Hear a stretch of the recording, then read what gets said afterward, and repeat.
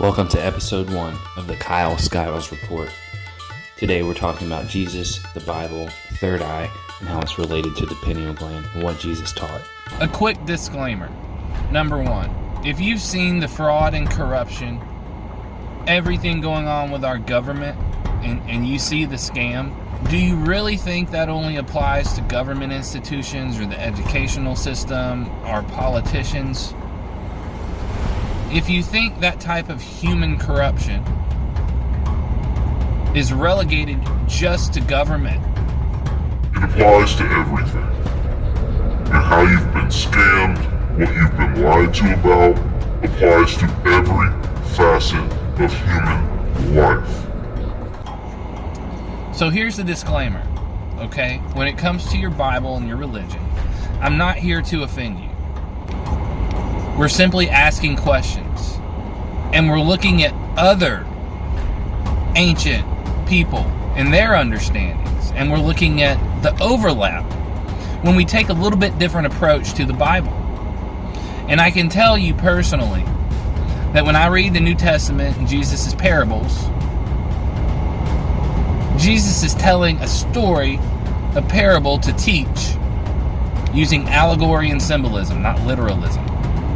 And the Bible uses many different literary mechanisms throughout its books, Old and New Testament, because they come from different times, people, cultures, places, all of that different stuff.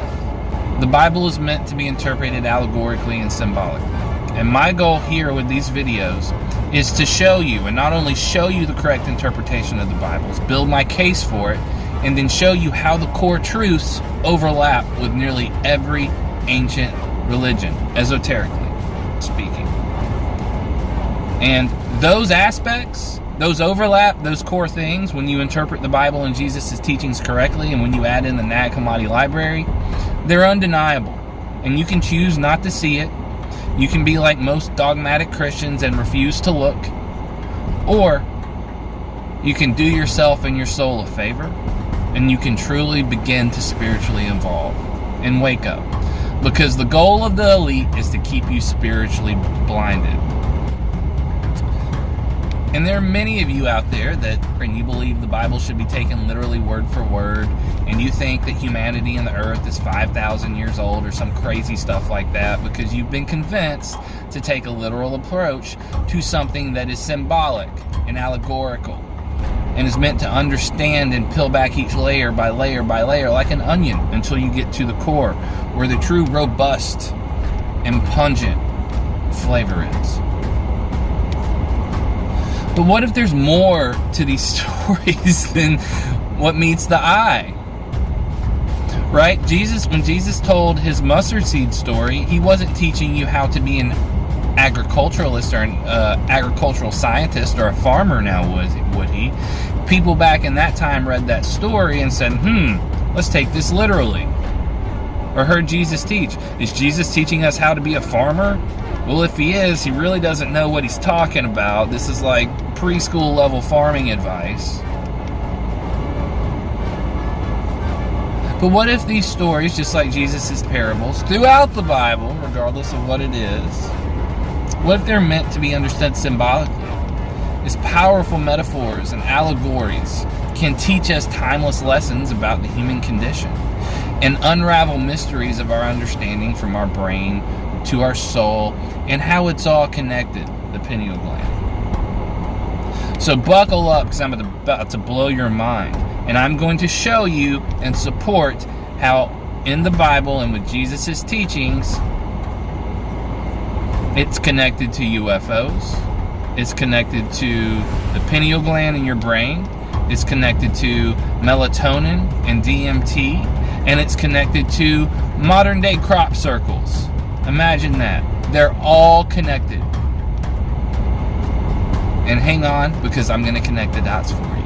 It's going to be fun.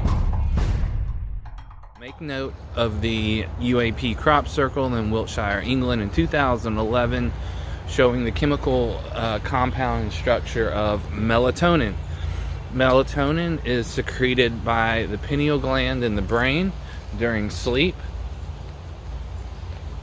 And it's a very, very, very important part of our brain, how our brain functions, the sleep and circadian cycle, all of that. Let's talk about the single eye, the pineal gland, and what Jesus has to say about this. Now remember, if we're reading through the Bible and we're interpreting it like we're in kindergarten and taking everything literally, then we're going to miss the main points of what it was written for and what the teachings actually are. Even a story like Noah and the flood, we have enough evidence to show that it actually happened. We know that the certain pyramids have erosion at the top, showing very high water levels, amongst other things. And then we have the story of the Great Flood from all parts of the earth, from many different ancient cultures that were completely separate. So in the Sumerian myth of Gilgamesh, Upanishadam, which is Noah, becomes immortal after building a great ship to weather the destruction of mankind. Also, we have the Mayans that believed in the flood. It was due to a mistake rather than punishment of sin. We have the Hindu religion that has their own flood account. But I asked Grok, and Grok says in the Epic of Gilgamesh, the flood was caused by a mix of natural disasters and an overflowing of the Euphrates and Tigris rivers. So it wasn't just a rainstorm like Noah. It was actually many natural disasters. In the Hindu flood myth, though, the waters come from the melting of snow caps in the Himalayas. The Greek flood myth is interesting. The flood is caused by the release of waters of the underworld, which all in all, this really supports this theory that's out there now, that this was actually, and all of the flood was actually caused by the flip of the Earth's magnetic poles, which, when I showed you the pyramid structure earlier, on top of it all is the true symbolic and allegorical and metaphorical meanings of the Bible, because that's what's going to help you spiritually ascend, spiritually evolve, and get the most out of the growth stage that you're in during this lifetime. The single eye. The importance of the single eye is clearly stated in the biblical Jesus statement, Matthew 6:22. The light of the body is the eye. If therefore thine eye be single, the whole body shall be full of light. Now, here's the thing. If you go online, X, Facebook, wherever, Google, and you look up the single eye, you're going to see many comments from Christian writers and pastors and theologians who never go near the possibility that we're about to discuss. That the single eye Jesus is actually referring to is the pineal gland of the brain to be activated during meditation. And you see, if they admit what Jesus is referring to, then their whole approach and all of their teachings, all of it, their entire theological basis and model is destroyed. They'll tell you that Jesus was not talking about the single eye here or the pineal gland. He was talking about keeping yourself focused on one truth. And their truth is that Jesus in the Christian way is the one truth, and that's it. But what actually Jesus was doing with his teaching was showing you how to become unspiritually blinded, how to unslave yourself psychologically. Because what you're in is in a self-imposed psychological and mental prison. The Bible itself, however, offers significant info to show that the term single eye was talking about meditation above the mind and activation of the pineal gland of the brain. This is important. This is a groundbreaking understanding and interpretation that we must have in order to bring you to the highest developments of the single eye, and really its connection to the cosmos even. You know, you have these dogmatic Christians and they completely miss so much, and they think that anything considered the cosmos or universe or space is somehow demonic. And they also think that things like Eastern beliefs and Eastern spiritual practices like meditation, which in the end, meditation is just the culling of your thoughts, creating a quiet mind, creating a mind that isn't overridden with your carnal mind, lust, fears, your ego mind, screaming at you with random thoughts coming from your physical brain. That's all meditation is quieting your mind. And what does the Bible tell you elsewhere? Remember when the Bible talks about that still small voice? Well, you can't hear that still small voice, which is the divine, unless you're able to quiet your carnal mind, your ego mind, and your thoughts. Because those come from your animal brain, from your body made of matter. Another aside here that I tell you, when the Bible talks about your body being made of clay, what it's actually referring to there is matter. And I'm not going to unpack that in this video. We'll touch on that later on down the road. But ultimately, that's what it's telling you. Not that your body was made out of dirt, but that your body was made out of matter. Because we're in the lowest dimension. We're in the physical manifestation, where energy is essentially dense, so dense that it forms matter. When you understand how to interpret the Bible correctly, allegorically, these guys had a scientific understanding thousands of years ago that is pretty mind-blowing, and it's pretty impossible for them to have known and had the knowledge that they did. Jesus says, if your eye be single, your body will be filled with light. Christians are going to tell you that he's telling you to keep focused on him. We're saying that Jesus is telling you to activate the pineal gland through meditation. First of all, when Jesus said, if your eye be single, your body will fill with light, how does the Bible define what light is? What God is? So if we look at Numbers 23:19, it says that what? God is not a man. God is not a man, so he does not lie. He is not human, so he does not change his mind. So this entity we call God is clearly defined in the Bible as non-human. If we look at 1 John 1:5, this is the message we have heard from him and declared to you. God is light. In him there is no darkness at all. So here, the Bible clearly identifies God as a light being, a photon. So I asked Grok to define a photon for us. Grok says a photon is a tiny packet of energy that makes up light. Think of it as a cosmic messenger that carries light's energy across the universe. It's like a tiny energetic fairy that flits around carrying light's message to our eyes. Now here's where things get interesting. Light is both a particle, the photon, and a wave. This is known as wave-particle duality. It's like light has an identity crisis and can't decide whether it wants to be a particle or a wave. The wave part of light is all about its frequency and wavelength. The frequency is how fast the light wave is oscillating, and the wavelength is the distance between the peaks of those oscillations. It's like a cosmic dance party. And the frequency is the beat of the music. Now here's the cool part. The energy of a photon is directly related to its frequency. The higher the frequency, the more energetic the photon. It's like a cosmic energy drink, where the more you shake it, the more vibration, it increases the frequency, and the more energy it has. So to sum it up, a photon is a tiny packet of energy that makes up light, which can behave like both a particle and a wave. The wave part of light is all about frequency and wavelength, and the energy of a photon is directly related to its frequency. It's like a cosmic dance party with tiny energetic fairies carrying the message of light across the universe. But I found this tweet here that was included with Grok's answer. A photon is neither a particle nor a wave, it's an event.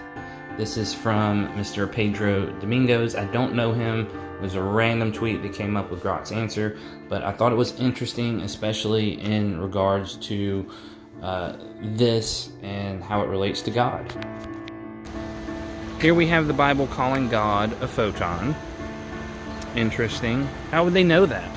So then we could turn that statement of Jesus concerning the single eye into this.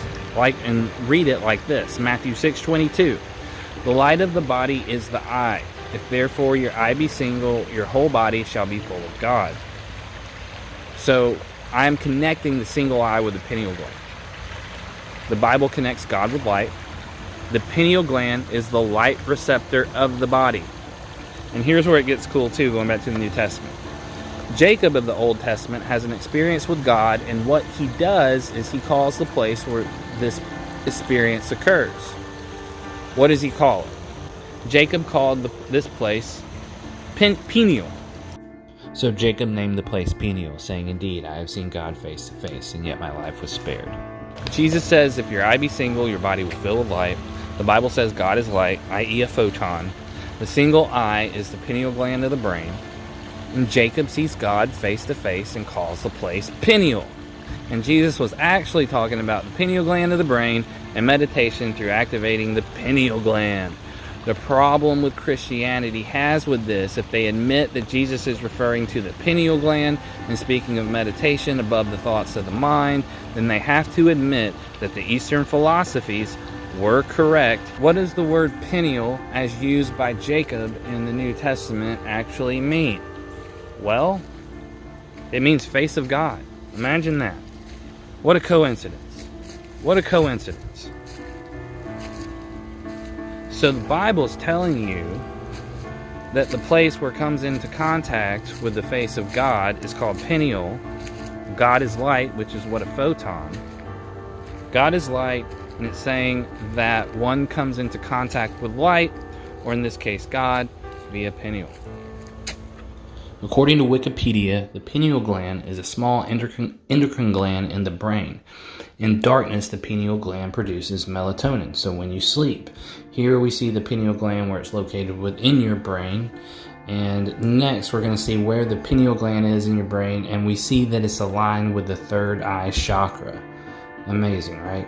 Next, this is the Eye of Horus from the ancient Egyptian myth of Horus and Osiris and Isis. We can see that the Egyptians here 3,500 years ago had a pretty good idea of what the pineal gland was and what it actually looked like. In the physical body, the eye views objects upside down. It sends the image of what it observes to the brain, which interprets the image and makes it appear right side up. It's kind of an optical illusion.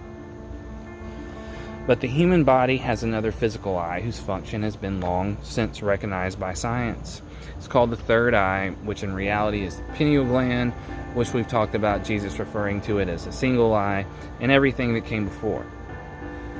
So even from antiquity, it was thought to have mystical powers. Across nearly every single ancient esoteric belief system, understanding, going back thousands of years, Buddhism, Hinduism, if you look at the Hopi and Navajo tribes of Native Americans, they all had this same belief about the third eye and the mystical nature of it. Most of these ancient esoteric belief systems consider it the spiritual third eye, our inner vision, and this does seem to be in line what we just read and understood about Jacob in the Old Testament, or what Jesus was talking about, as opposed to dogmatic contemporary Christianity. The true function of this mysterious gland, damn near worshipped throughout history, and we'll get into this as well, how it was symbolically represented as a pine cone, and all of the pine cones prevalent in the Vatican, on the Pope's wardrobe and staff, and even going into the staff of Osiris with the pine cone that was nearly identical to the Pope's. But I'll get into that shortly. The true function of the mysterious gland has long been contemplated by philosophers, ancient philosophers, and spiritual adepts. Ancient Greeks believed the pineal gland to be our connection to the realms of thought. René Descartes, as I stated earlier, called it the seat of the soul. But, I mean, do you guys see? Do you see what contemporary dogmatic Christians are missing when their leaders try to define Jesus' words as not referring to the pineal? And this happens all throughout the Bible. It happens all throughout the Bible, and this is an ancient scam that goes back thousands, if not 10 or even hundreds of thousands of years, in order for the elite of the elite, the top 1% of the top 1%, to keep you spiritually blinded, to hoard that power, and to use it for themselves. Which, using any type of divine power like that, selfishly, at the harm of other human beings, that's Satanism. That's Satanism. That's all it is. The physiological function of the pineal gland has been unknown, really, until modern times, okay? Mystical traditions and esoteric schools have long known this to be the area in the middle of the brain to be a connecting link between the physical and spiritual worlds, i.e., again, as Descartes coined it, the seat of the soul. And it's long been considered the most powerful and highest source of ethereal energy available to human beings. The pineal gland has always been important in initiating superpowers, spiritual powers. My arm's going numb from holding this thing. This is what Jesus was instructing to us to experience when he said, if your eye be single, your body will fill with light. Something that the Christian world knows nothing about because of their teachers. Jesus was speaking of supernatural powers when he spoke of the single eye. He was not speaking about keeping oneself focused on Christianity. Dogmatism is how you create division, folks. Division is how you keep people separate and control. To have control of populations, you must keep your population divided. Dogmatism helps with that. And then when you have dogmatism and you put it in line with other religions that have their own dogmatism, you can kind of see where that leads. Well, that leads to things like the nasty Christian crusades. It leads to all these horrible wars, terrorism, all this stupid stuff that we've experienced throughout our history that in reality was pretty much, not pretty much, it was avoidable. It didn't have to be that way. All the suffering and loss of life. To be frank with you, it's a bunch of bullshit. And it's, again, part of the matrix control system. And again, as I said in the disclaimer in the intro of this video, it's not relegated just to modern and contemporary times. This is something that's been going on for thousands and thousands of years. It's not new. It's not relegated just to your government and politicians. It has infected everything in your life. In nearly every aspect of your life, historically speaking and educationally speaking, and even referencing God and religion, you've been misled about. Jesus was speaking of supernatural powers when he spoke of the single eye. He was not speaking about keeping oneself focused on dogmatic contemporary Christianity. So many have been misled on the teachings of Jesus. The third eye can see beyond the physical, as it looks out when we meditate or we look for answers from higher frequencies. And all of this has been deliberately kept from you and the world. It's the same thing in Islam, Judaism. The true spiritual truths that will help you evolve and grow spiritually in your soul, which is the point of being here, are kept secret. And they're hidden by allegory and symbolism. And they're all there in every religion. You just have to have the brain, the eyes to see, the ears to hear, to find them, to read it, to see it. To remove your bias and keep an open mind. To not blindly accepting what you were told to believe and figuring out for yourself. Because you're never going to get to these truths unless you start to figure out things for yourself. To activate the third eye and perceive higher dimensions, the pineal gland and the pituitary body must vibrate in unison. Vibration. Frequency and vibration. And this is achieved through relaxation and getting your brain into alpha and theta state. Okay, alpha and theta state is what happens when your brain slows down and relaxes as you go to sleep. During your waking hours, when thoughts fill your head of the carnal mind and the ego, that's when your brain is in beta state. To be able to activate your pineal gland, you must meditate and relax and bring your brain into alpha or theta state. That's where the magic happens. So when a correct relationship is established between personality, operating through the pituitary body, and the photon person, remember, the reference to the light in the head is extremely interesting when we recall what Jesus said in regards to the single eye. If your eye be single, your whole body will fill with light. After physical relaxation, concentration upon the pineal gland is achieved by staring at the point in the middle of the forehead, or focusing on this point during your meditation. When I meditate now, I see a purple vortex there, where the third eye. And interestingly enough, the third eye is in that chakra, that energy point, that great seal, which we'll talk about from Revelation here shortly, is typically represented by indigo. That's been a common color for me in my meditation. So without straining the muscles of the eye, this will activate the pineal gland and third eye. And beginning with the withdrawal of the senses and the physical consciousness, the consciousness is centered in the region of the pineal gland. The perceptive faculty and the point of realization are centralized in the area between the middle of the forehead and the pineal gland.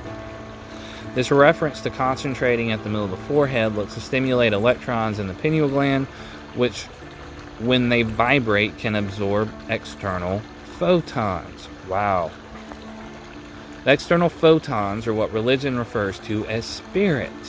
The idea that vibrating electrons can absorb photons is a scientific fact. And now keep in mind, when meditating, everybody's different, okay? Your meditation is going to be different from mine. If you're consistent with it and practice it, how you meditate and how you get into alpha and theta state, and what you see in your third eye when you begin to see visuals, it's going to be different for everybody. You know, breath work can do this for you. Yoga can do this for you. I hope you're enjoying the bubbling creek, if you hear that. So as human beings continue to evolve further out of matter, on the journey from spirit to matter back to spirit, the pineal gland will continue to rise from its state of age-long dormancy, bringing back to humanity astral capacities and spiritual abilities. It's kind of what we're transitioning into with the age of Aquarius. At certain brave wave frequencies, a sense of ego boundary vanishes, kind of like what we just talked about. Again, in the theta state, we're resting deeply and still conscious. We're at the threshold of drifting away from or back into conscious awareness. Beta state, again, is your waking, carnal, ego mind state that you're probably in right now. A step below that is alpha, and then you get into theta. As the brain enters deeper state, our consciousness is less concerned with the physical state.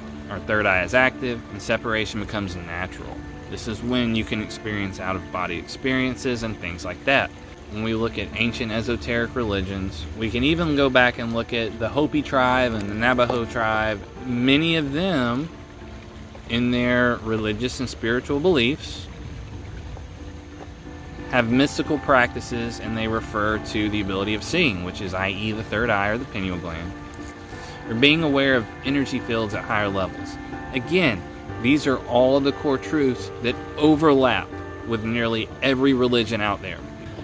This abstract of awareness is much more subjective and does not involve the normal state of mundane consciousness, which is mostly concerned with self-identity, the carnal mind, I'm hungry, I need to use the restroom, lust, those sorts of things. Fear. Consciousness is raised from an emotional nature into an illumined awareness when the pineal gland is lifted from dormancy.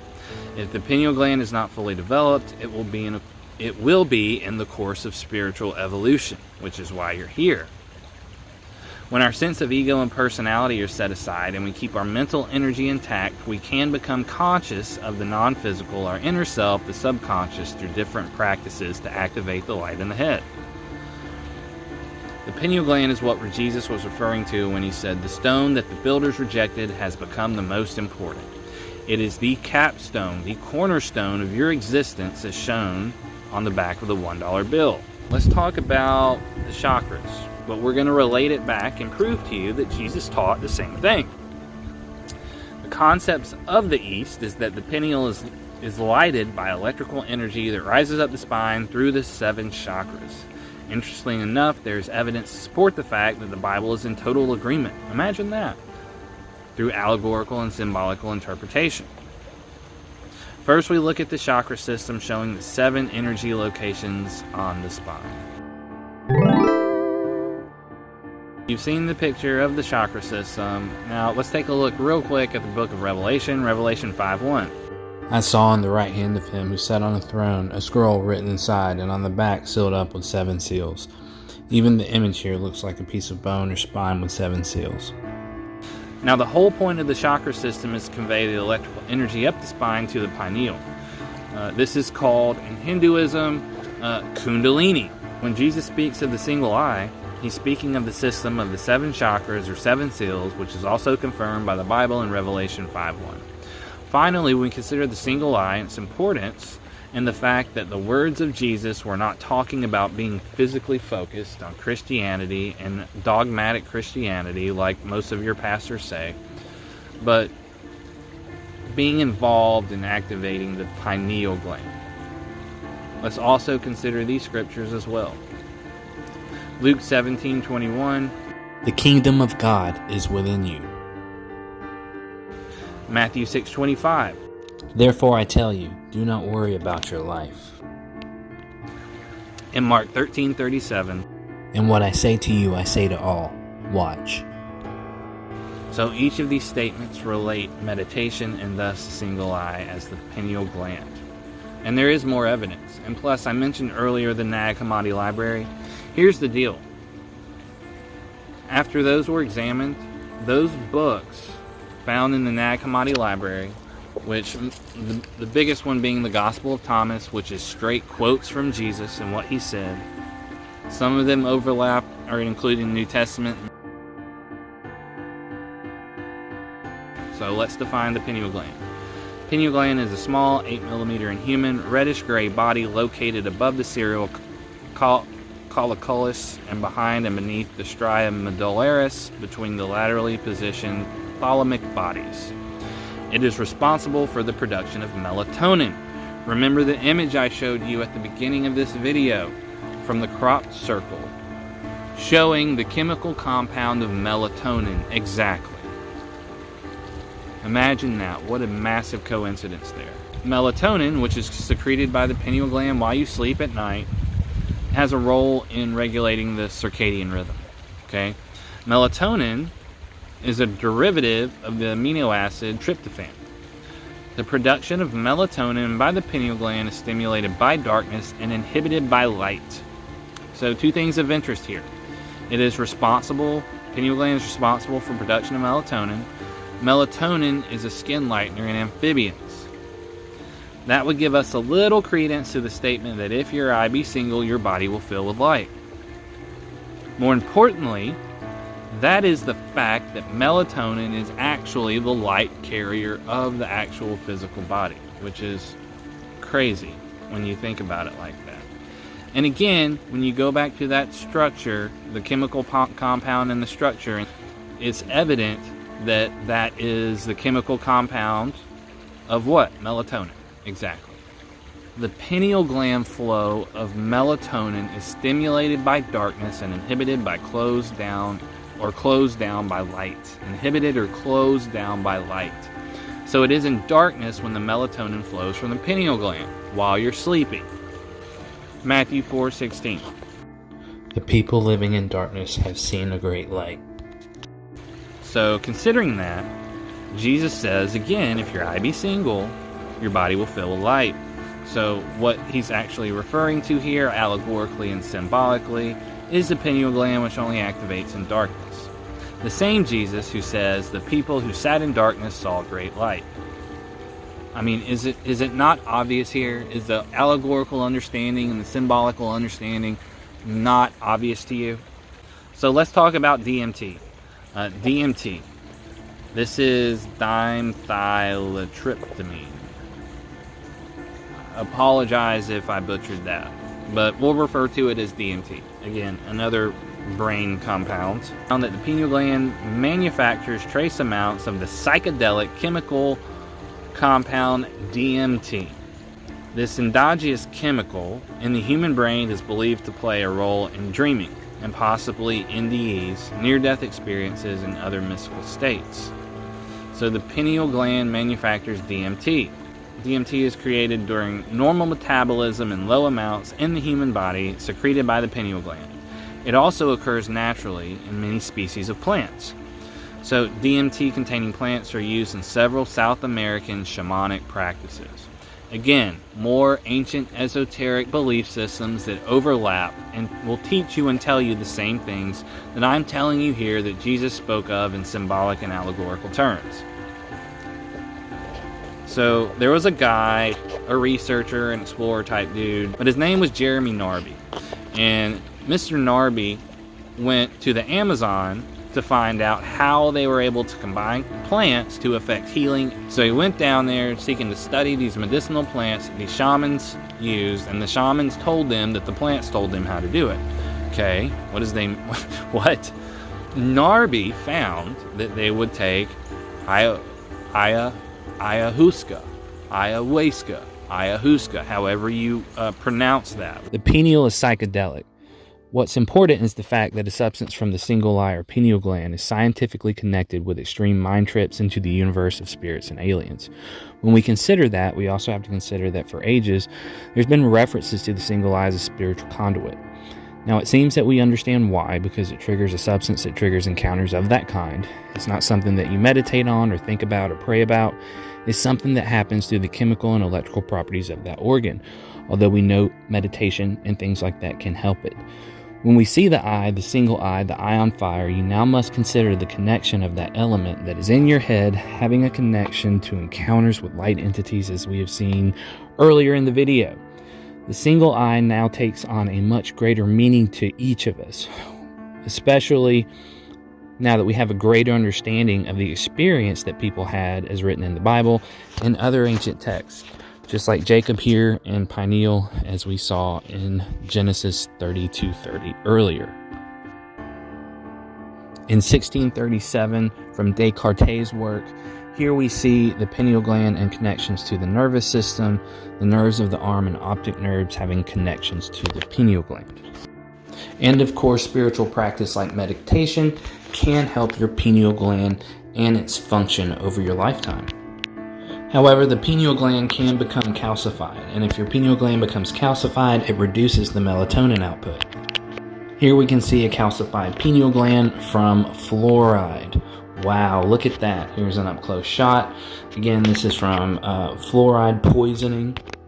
So knowing this, we have to ask ourselves why our government, the CDC, the federal government, your local government, puts fluoride and pushes fluoride products. The Eye of Horus, an ancient Egyptian myth of the cosmic battle between the solar falcon god Horus and the sun-eating serpent god Set, was quite evidently inspired by total solar eclipses. Some myths suggest that Horus's right eye was torn out, which could refer to a solar eclipse when the sun is briefly hidden from the daytime sky. This was all noted over a century ago by British Museum's Egyptologist E.A. Wallace Budge. In this picture, we can see the eye presenting the cup, which would be life's wine. But there is more to the eternal message in symbolic and religious scripture. There are also celestial bodies which speak of the universe of the eye. The single eye in the sky, or the eye of the hourglass nebula. Maybe now we have a better understanding of why this eye is such an important cosmic body. The single eye or pineal being the pathway to the other world. We consider the Eastern Kundalini and the biblical Revelation 5:1, which speaks of the activities of the 7 chakras or 7 seals, culminating in the lighting of the single eye, or the pineal via electric stimulation and resulting in Kundalini or an enlightenment and the visitation from the realm of the higher light. With that in mind, the Hubble telescope has shown a supernova 1987A with 2 circles on the outside and the inner circle which is on fire. When we look at the total form of SN 1987A, we see the 2 interlocking circles which form the 3rd inner circle. This is actually an ancient Greek geometric pattern called Vesica Piscis, the fish. This was the origin of the fish symbol representing Jesus. See where it came from? It's not a coincidence. The Vesica Piscis is arrived at by drawing a circle, then a second circle of equal radius. The center of the second circle lies on the circumference of the first. The Vesica Piscis is the womb-like area that is shared between 2 circles. The Vesica Piscis has long been regarded as a holy symbol for thousands of years. It has significant mystical meanings as far as the communication with the individual light realm is concerned. The Vesica Piscis is sacred geometry. So let me show you one other thing regarding sacred geometry. These 2 overlapping circles with a common radius create the second enclosed form of sacred geometry. The ancients called this archetype the Vesica Piscis. All form, the dimensional forms of the cosmos evolved from the football-like shape. the Vesica Piscis. It's literally the womb of the universe.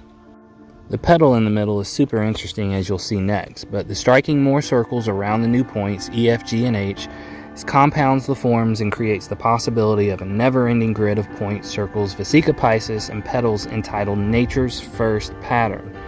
The following mandala is also known as the first two circles in Nature's First Pattern.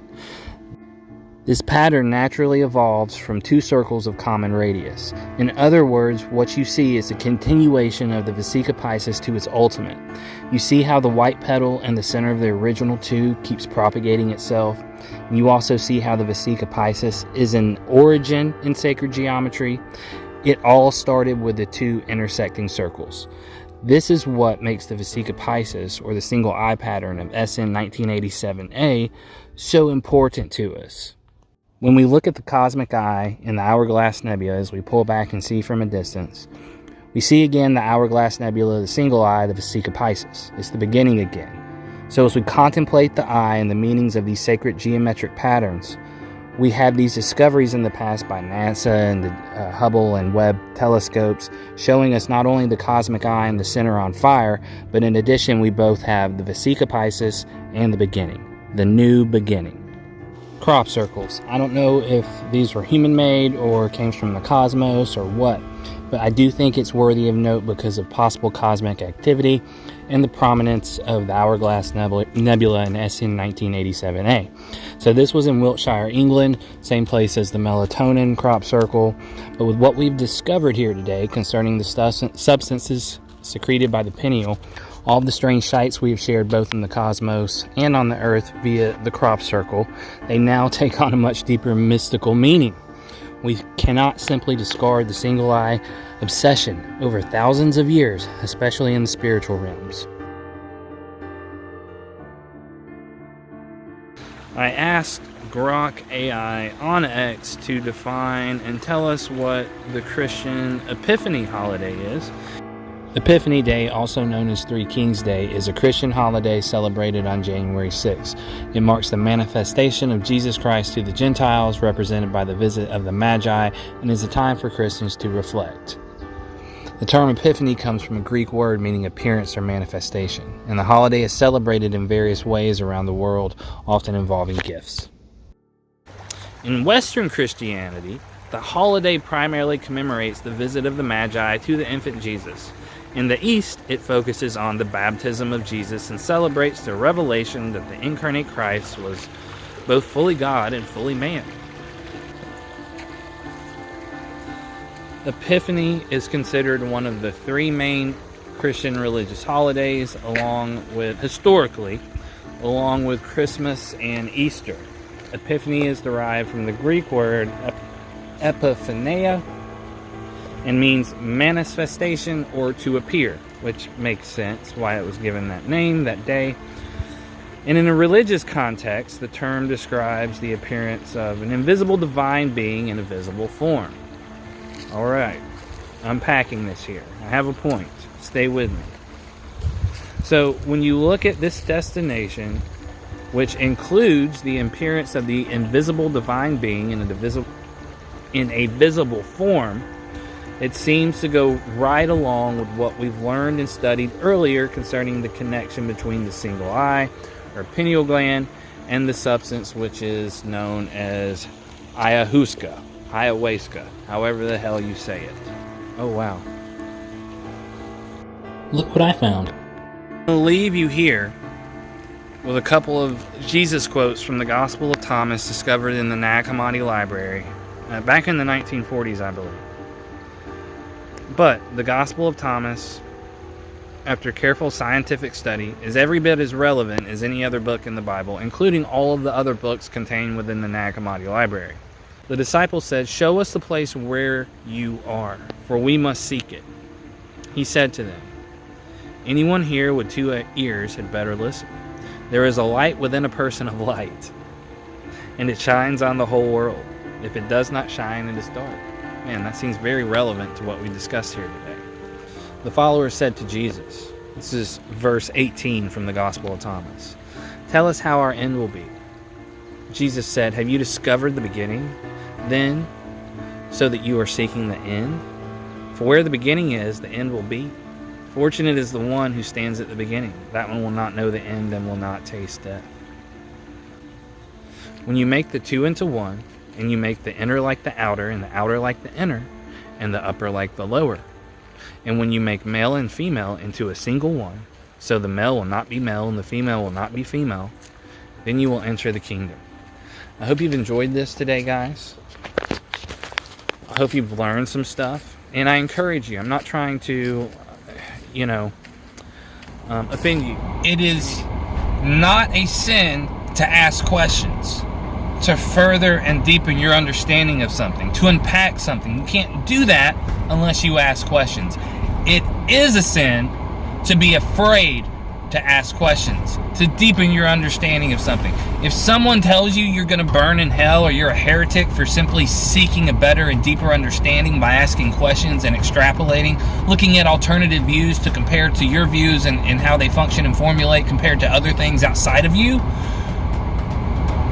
you're getting scammed. You're getting scammed, folks.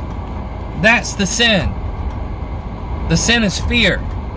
The sin is to live your life spiritually blinded because you're afraid to ask questions, to deepen your understanding of things. The ancients wrote their spiritual documents and their spiritual literature symbolically and allegorically, not for you to interpret it literally. The ancients knew that languages would change and evolve. The ancients knew that the only way to connect with a human being thousands of years later was through symbolism. The ancients knew that language could be manipulated over time. The meaning of a word intentionally changed over a long period of time. It's happened all the time, folks. The ancients knew those things. That's why they wrote spiritual, divine literature using symbolism and allegory. Not literalness. You're not supposed to read the Bible literally. That's how you end up believing inane, crazy things like the earth is 4,000 to 7,000 years old, and so is humanity, and it was the devil running around with red horns and a red cape and a pitchfork, digging up the ground, putting dinosaur bones in there to scare your ass. No. It is amazing to me how many contemporary dogmatic Christians, whether you're Catholic or you're Protestant or what denomination, are spiritually blinded and misled by the very, very scripture that could lead them to spiritual growth and evolution. The Tower of Babel, it wasn't talking about languages or race. It was separating religions, folks. Because if you understand what's going on politically and in the government in this country, and you see the scam there, the brainwashing, all of it, it didn't stop there. It doesn't end there. It goes all the way to the top of your entire belief system. Dogmatic religion is a psyop. Dogmatic religion is part of the matrix control system, seeking to spiritually blind you and locked in a self-imposed mental prison. That's exactly what it is. Wake up. Based on the work by William Bill Donahue. Thanks, Bill.